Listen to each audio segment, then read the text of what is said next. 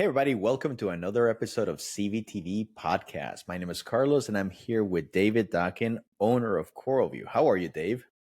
Doing good. How are you today, Carlos? I'm doing well. We have an exciting show today. We have a guest. Yes. Tullio I love Dellaquila. special guests. I know, Tullio Dellaquila from ReefBrite. How are you, Tullio? How you doing this morning? Well, actually, afternoon. It's afternoon for me, still morning for you guys. Yeah. Just by about 10 minutes. Yeah. But so we are here because we are going to be talking about a brand new product coming out from HYDROS. But Dave, we just announced a product recently. Yeah. So what's going on here? We just keep putting things out there. We've been, developing our ecosystem with HYDROS and the controllability, different controllers and I guess if anybody could guess, we're gonna expand out of that at some point, and now it's you kind of get a vision of the entire system we want to put together, and that's going to incorporate lighting now. So that's what we're going to move into today and tell everybody about a new product that we developed with Tullio and ReefBrite, and this is going to be the HYDROS light that's powered by ReefBrite, and bringing in Tullio's knowledge and expertise in lighting. And look, we're not experts at everything, but I want to bring in what I feel is the best people and most knowledgeable to this. And we really want to present something that's not a Me Too product. There's plenty of lights on the market, as you guys know. We want to do something different, and let's tell people what we're working on here and what's to come, and they can see it here at Reefapalooza coming up in New York. So we have Tullio. Now, Tullio, you've been around for years, and Tullio, you're known. Yes. Thanks and for Tullio making me feel really old. Yeah, I know. Hey, we're around years. we all getting to be these old dogs. Yeah. We are all getting there. Which reminds me, Dave, you just had a big birthday. Before we get started right here. Thank you for reminding me. I'm trying not to be reminded of the big 5-0. Hey, you know what? We get better with age. That's what they say. You get, you get wiser. Yeah. Hopefully. Yes. Yeah. So, Tullio, you've been around. I want to know our users, our viewers, and our listeners. Tell us a little bit about yourself first. Give me a 2-minute, blurb about you before we get started. Well, in short, I've been working with LED sources for well over 20 years at this point. Los, you were there at the very beginning of some of the stuff I initially did. Some of my initial contributions were LED moonlights, and then we moved on to more broad spectrum stuff. I've worked with PFO when they were doing the Solaris and some of the other, LED systems out there. Of course, there's ReefBrite that's been manufacturing and producing supplemental lighting for many, many, many years. Working with all types of light sources, metal halides, obviously, we've done talks, and you've seen my talks with that and some of the things that I was showing in terms of the comparison. So in general, I've been working with light sources of all types, T5, metal halides, and LEDs, and manufacturing these said products for our industry, whether it be for the original ice cap or PFO. I can go right down the list of companies that I've manufactured products from, even CPR, who, David, I know you've seen the news about Suck Chew. This is a genuine Suck Chew shirt. Wow. So I wore it in memoriam to Suck Chew, who was a dear friend. What a great guy. Yep. He was a brilliant man, brilliant mind, an artist. But unbeknownst to many people, I even used to manufacture the lights that he used for his hang-on refugiums. So in one way, shape, or form, I've been manufacturing lights for a lot of different people for 20 plus years. And I guess that's kind of how we got here. Now, I also want to point out, and I want to bring this up to our listeners and our viewers, that you are what we would consider a true lighting expert. Your knowledge of spectrum, your knowledge of PPFD par is not like anybody else out there. It's not, you are not just you're not just grabbing lights from somewhere overseas, putting them together. They look good to the visual eye. Let's throw them in there and see what happens. You have incredible understanding in terms of spectral analysis, what's the right spectrum for corals, to the point that you are in demand from public aquariums to come in and assess their setup to make sure that they are providing the corals with the correct lighting spectrum that they need to do the best thing they can. Correct? Well, to that effect, one, honestly, I don't like the word expert. I hate that word because I'm just not an expert at anything. Again, I've just been doing this really, really long time. So it's just genuine experience. And in terms of what I know about spectra and PPFD, listen, there's a lot of scientists out there, great scientists, that are aware of what this stuff means. It's just in different aspects, whether it's in astrophysics. I can go in so many different areas where I'm not the only guy. I cannot take any credit for anything. I've just been working with these systems and doing the testing. But I will say this, you are correct, because the biosphere in Arizona, they contracted me and they hired me to go out there and do a lighting analysis of the biosphere to show the transmission of the panes and the transmission underwater and things like that. We were just talking off camera how last week I was in the Keys with a team of scientists at multiple locations taking underwater measurements down to 15 feet, which is where many of the coral trees are found. And we have some really exciting data from that as well. So it's really awesome that I get to work with light in so many different ways. But I don't consider myself an expert. I just consider myself an old guy who's been working with lights really long time. See, Dave, he called himself old. Yeah. That's okay. That's all right. All right. So let's talk about this light. Dave, I'll give you the honors because obviously you are the owner of CoralVue. So tell us about this new light that we're announcing. Yeah. So like I said, we calling this the HYDROS XHO powered by ReefBrite. And what we're looking at is a linear light. I guess you could call it coast to coast, right, Tullio? Yeah, that's coast to definitely coast light. It's powered by ReefBrite.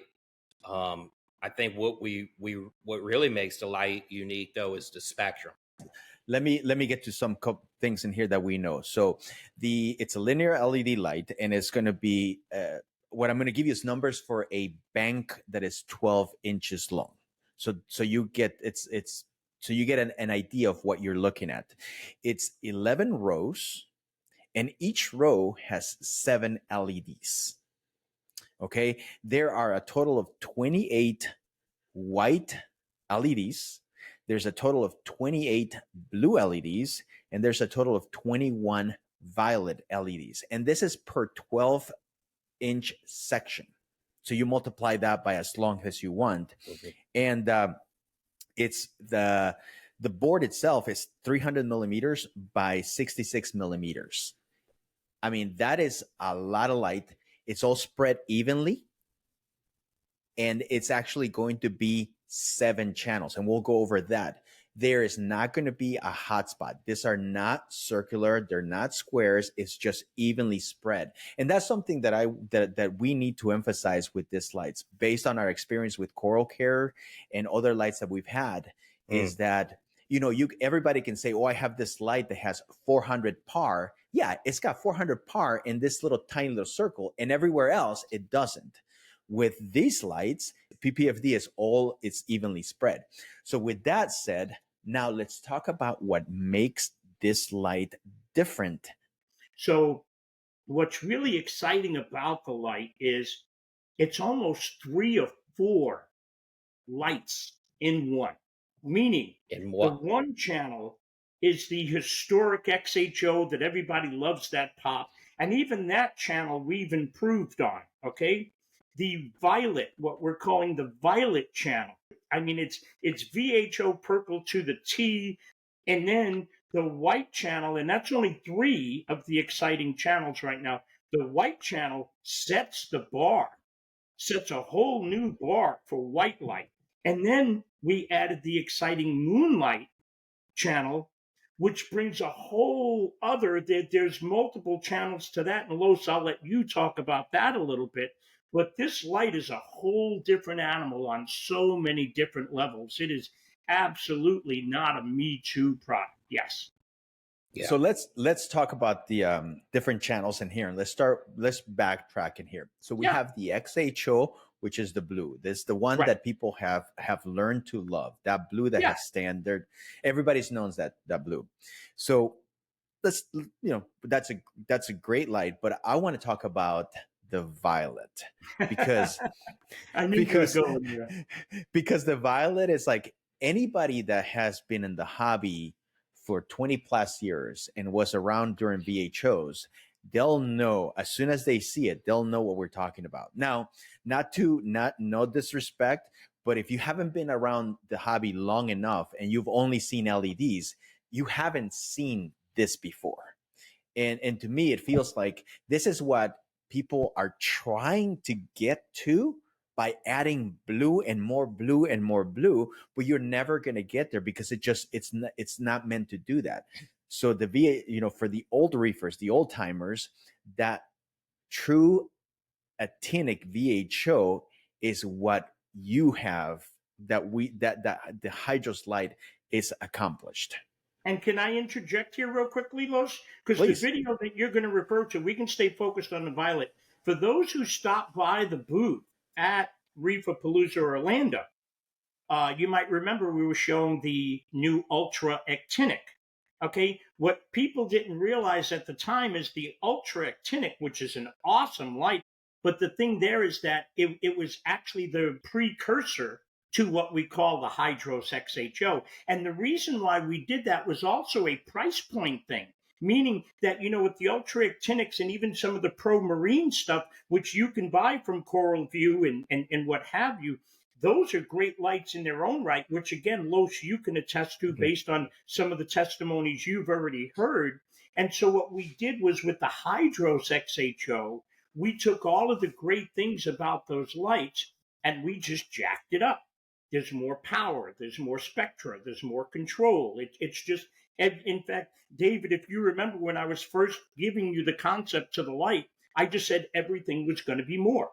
That was our goal. Yeah. And with violet light, it's very hard to really see with the human eye. It's really when it interacts with other objects that you get to see how violet or purple, whatever you want to call it, it truly is. And the image that I'm referring to is basically where I used a piece of paper to act as a diffuser so you could see the wavelengths of light in the image. I thought that was important to point out because we're talking about the violet channel. Yeah, so the violet was amazing. It gives it that pop, and Tullio and I have had these discussions for years. It's like, Tullio, I want a light that looks like the old VHOs, actinics, those pink colors that you turn that on and everything pop. It wasn't just like the greens look great, but the reds get all washed up and they turn brown. This is fluorescence, and I want you to go over fluorescence because that is a different concept. It's like people just try to put blue, but blue doesn't add fluorescence. Los, I'm glad you brought that up, and here's why. I recently did a couple of workshops with the public aquariums and zoos and people, and I basically asked them who has tanks at home, and of course I get hands raised and comparing to the different exhibits for wild corals and things like that. And what happens is there's nothing wrong with blue light, meaning that, the people that are doing the blue light tanks and everything else. But what's important to understand, and I think this will be very helpful to hobbyists and users, is that what you're actually witnessing is fluorescence. It's a completely different response where a photon enters at a shorter wavelength and via Stokeshift, a longer wavelength photon is emitted. Okay, that's completely different than seeing what we call colors in corals under more full spectrum light. And when we can appreciate that, then we can understand the differences because, again, based on the measurements that we took with these scientists in the Keys at 15 feet of water, light was anything but blue at 15 feet in the ocean. It was anything but blue. So people that think that at that depth light is blue, no, you have to go a lot deeper, considerably deeper. And I literally mean considerably by a long shot for light to get blue down there. And then in those cases, it would be the water would be cooler. You would have less food availability. So many of the corals in the hobby have adapted to this blue light, which is kind of, once we understand that we're looking at fluorescence, then we can start appreciating adaptations that corals can make instead of misunderstanding and thinking that that's the light that they receive in the wild. Does that make any sense, Los? Yeah, absolutely. Yeah. Absolutely. All right. So moving on to we got the violet channel. Yep. Let's talk about the white channel, because that's where this, as they say, that's where the secret sauce is, or part of it, isn't it? So now with the white light, as many of you know, I've always been a big proponent of metal halides. And I still am a big proponent of metal halides because of the broad spectrum of light that they produce. People can speculate, they can argue, they can do whatever they want, but the spectrometer doesn't lie. Okay. And anyone who would measure the light would come up with the same conclusion, that in terms of broad spectrum energy, metal halide put out a lot of light. In fact, they are invariably different than the LED systems that were supposedly supposed to replace them.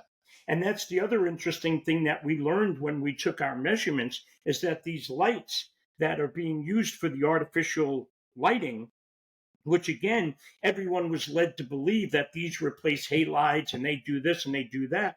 Well, when these scientists looked at the spectral analysis, it was anything but like what they were seeing. So that's why I guess my point is, instead of arguing or debating about the differences, let's study those differences so that we can learn, and that's how we do that. So what we did with the white channel was, as much as physically possible, we stretched the bandwidth so that you get that broader, meaning like with a typical white LED, you would see that high blue peak, then you're going to see it nosedive, and then you're going to see it come back up with that little loop of your green red kind of thing. Whereas with our white LED, it looks anything but that. It looks more like natural sunlight.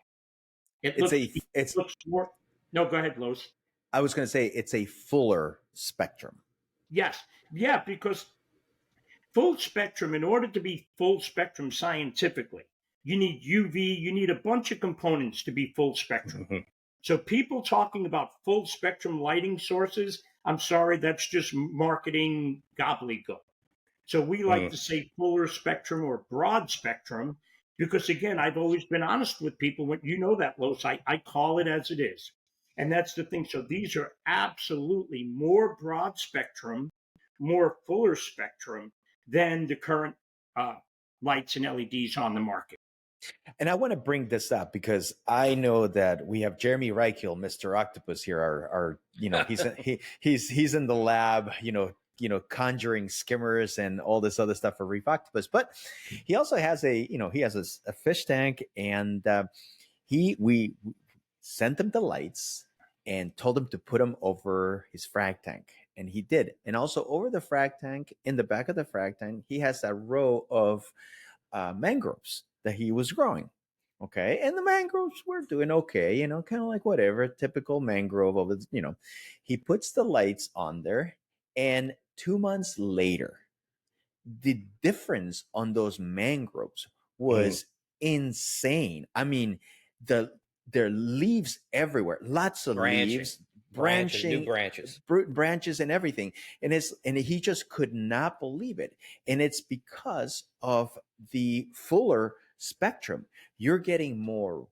Correct me if I'm wrong. You're getting more reds, you're getting more greens in addition to the blue. So Yes. this is a light that can, and you tell me, can also be put over a planted tank and it would just do just fine because the light has a more fuller spectrum.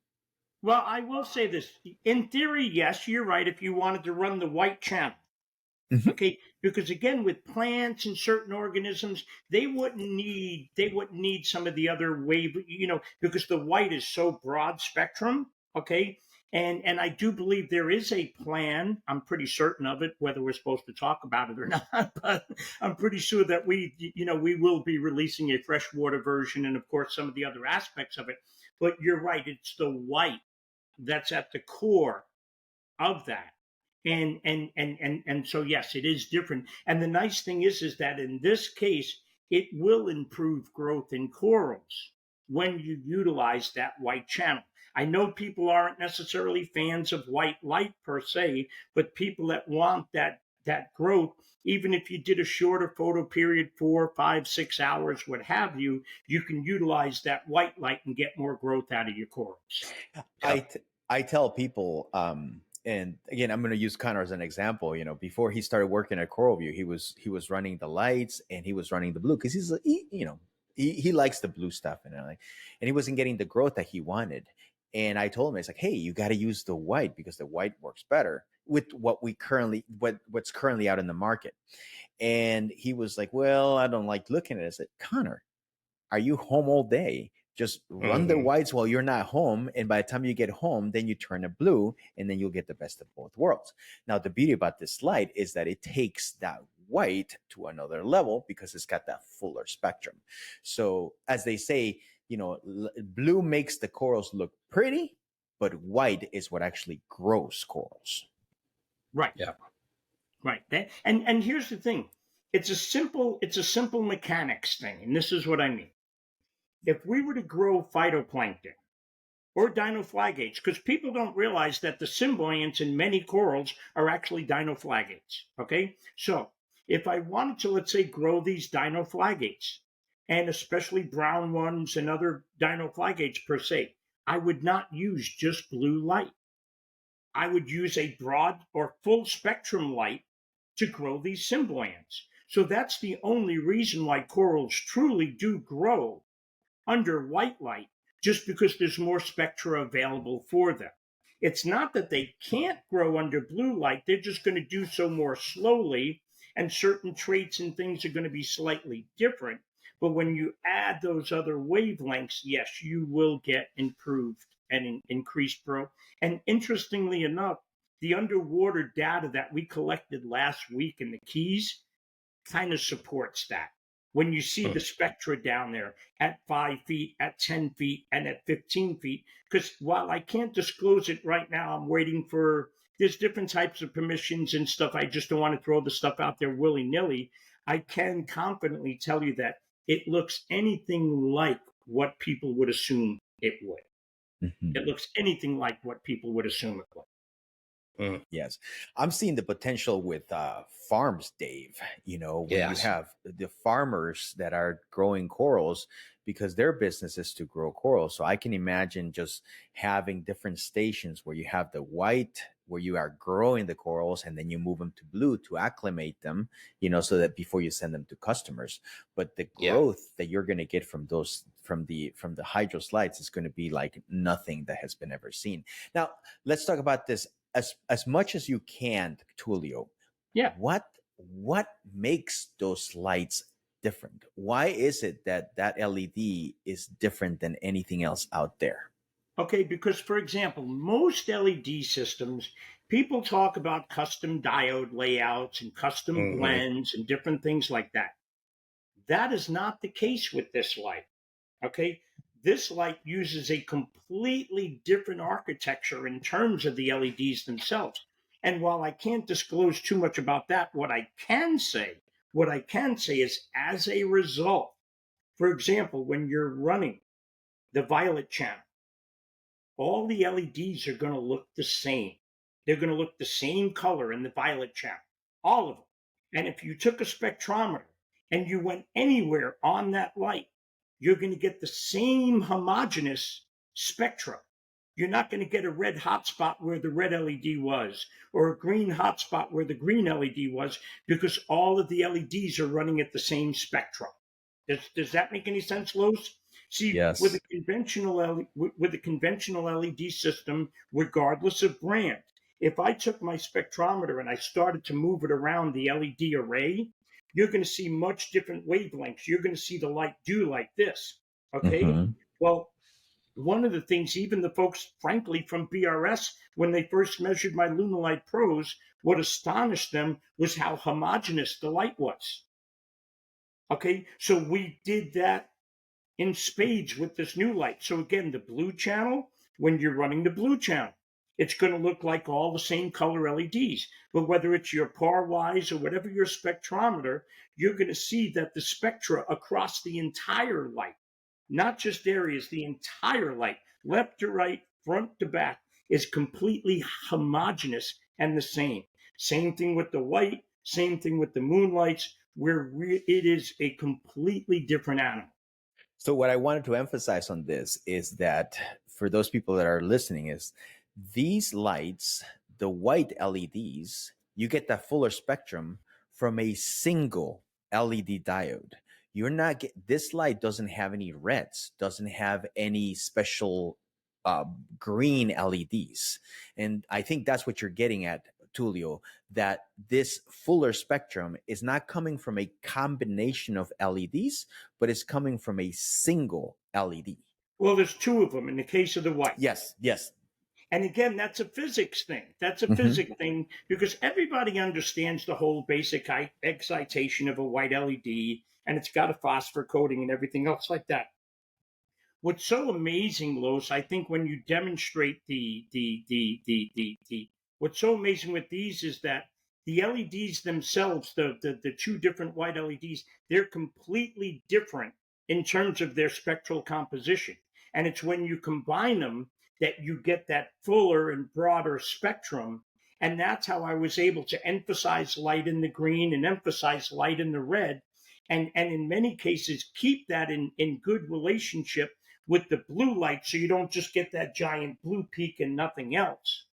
And so, yes, you are correct. We don't use individual LEDs to get the spectra, individual different LEDs. We're using singular packages in many cases and getting more than multiple wavelengths out of the individual There channel. it is. But one last thing I think we need to mention about this light that I believe is unique is the Moonlight Channel. And maybe you can talk to us a little bit about that and what's going on with coral spawning and how this really could play a big role in what's going on in the research community. I was saving that for last. You own the company, and since you opened up that cat out of the bag, we can certainly talk about it. And in fact, again, as you know, I was talking with your team this morning about it. When we originally designed the light, we knew that we wanted a Moonlight Channel. We knew that we wanted to be able to put programmability and other functionality in the Moonlight Channel.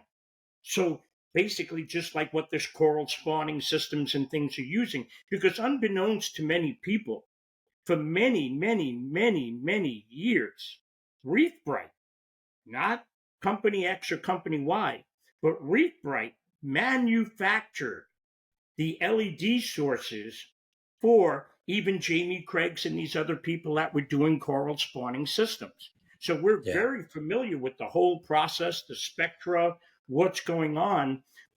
So with the Moonlight Channel, we wanted to offer people that functionality. Now, here's where it gets really awesome.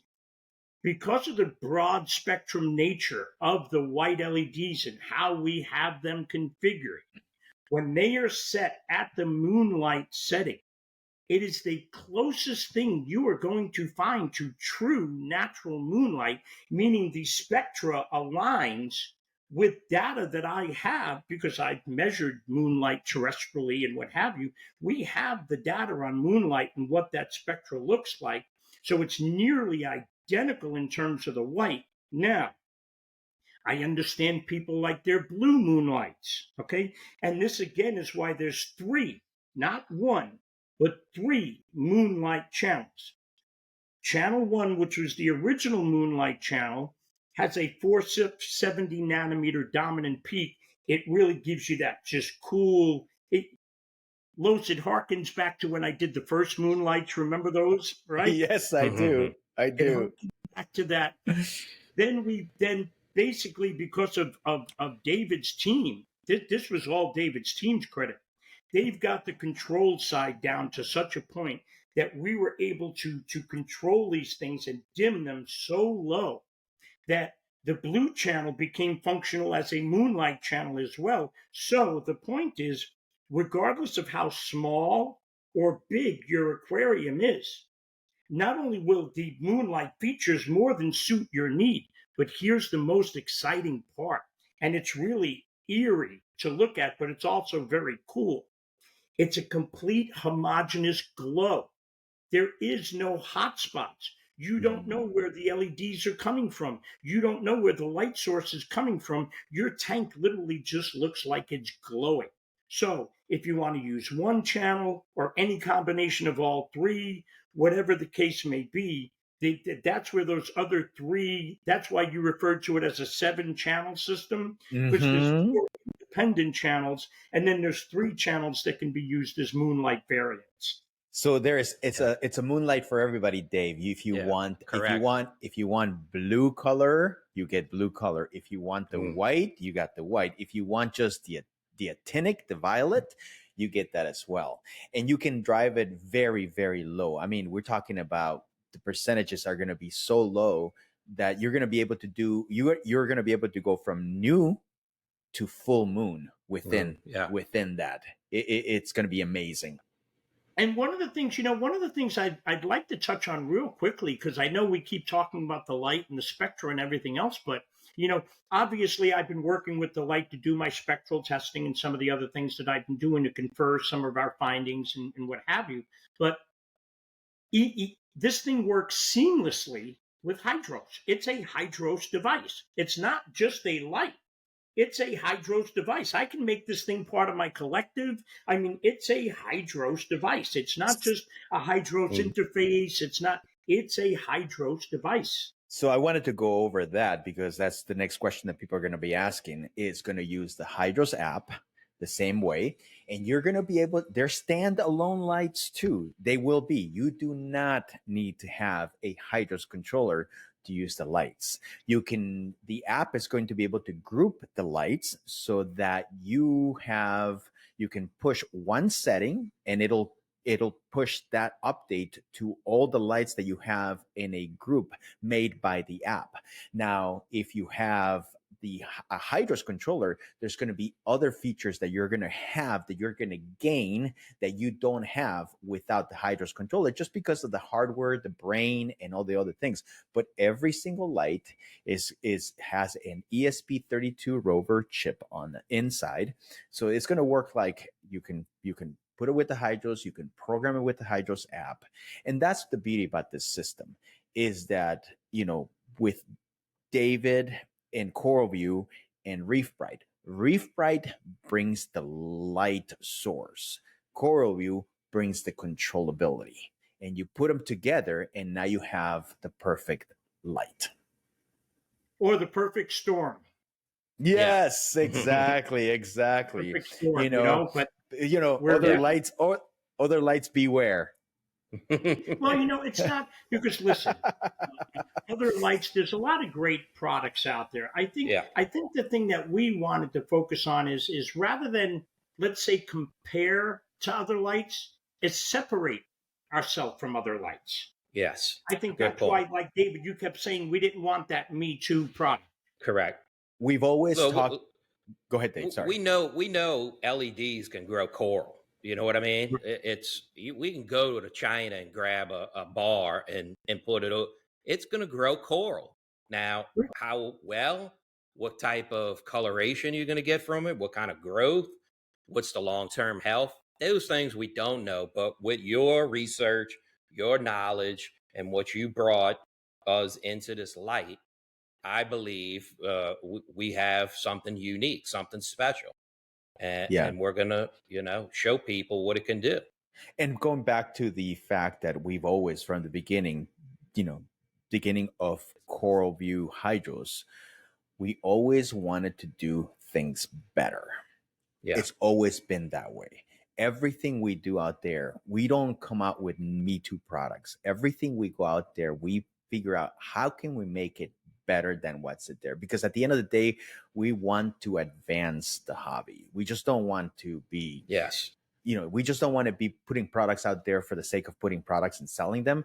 We want to advance the hobby. And the way to do it is by partnering with other companies. Yes. Because at the end of the day, it's a small industry, and we are not, we don't know everything. You don't know everything. I don't know everything. Tullio doesn't know everything. But the beauty about it is that if we combine our heads, we will get closer to something that is better. And that's the whole point. My vision is the long-term sustainability of this hobby in this industry. When you see and hear about, and a lot of hobbyists don't notice, but there's a lot of work going on with coral spawning in captivity. To me, if we can give this knowledge and this data and a product that's a hobbyist can then do in their home and spawn coral in captivity, are you kidding me? This could be huge. And somebody that's willing, because it's going to be tiny little larvae, that it produces. There's going to be a system that you have to incorporate to collect these tiny larvae. But I think there'll be people that want to do it. It'll be fun to think that and know that you can produce or spawn coral and grow them in captivity. And I can tell you, and Tullio can tell you, it's being done now. There's people that have them, and it's growing, and it's incredible what's happening. And that's what we believe that we can produce with this light and give to people. Yes. It's a very exciting time in the hobby, at least for us here at Hydros and at ReefBrite, because we're advancing the hobby. We have the long-term benefit, the long-term, you're looking at we're looking at the entire canvas. We're not just looking at one pixel, mm-hmm. And that's what Tullio, you know this. We're one legislative bill away, possibly, from not having access to corals coming in. You know what I mean? So to me, this is what we're doing here is huge. Oh yeah. Yeah. And just so people can understand, because I know, everybody's, first of all, you can see this light. We're going to be showing it at Reefapalooza, New York. Right. So make sure to come by the booth, and we'll be showing this light in all its glory at Reefapalooza, New York. But what I want people to understand is this isn't just a hopped up XHO. Mm-hmm. This is a whole new light. It's bigger. It's a completely different light. It's not just an upgraded XHO or what have you. And interestingly enough, the reason for this, and David and I, obviously, we knew this. But the exciting thing about the Lumelite Pro Marine and the Lumelite Pro Actinic is officially, in terms of output and everything else, they've actually exceeded the XHOs. But the XHO was such a standard in our industry that we saved that for the HYDROS XHO, because that's the more powerful, larger unit.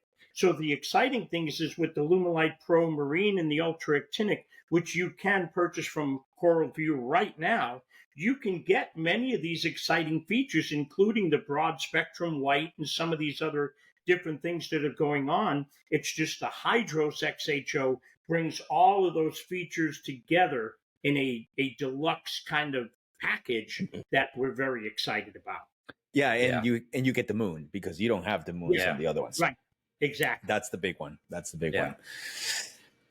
Tullio, it's always a pleasure talking to you. It's I walk out with notes and and a reminder that I know pretty much almost nothing.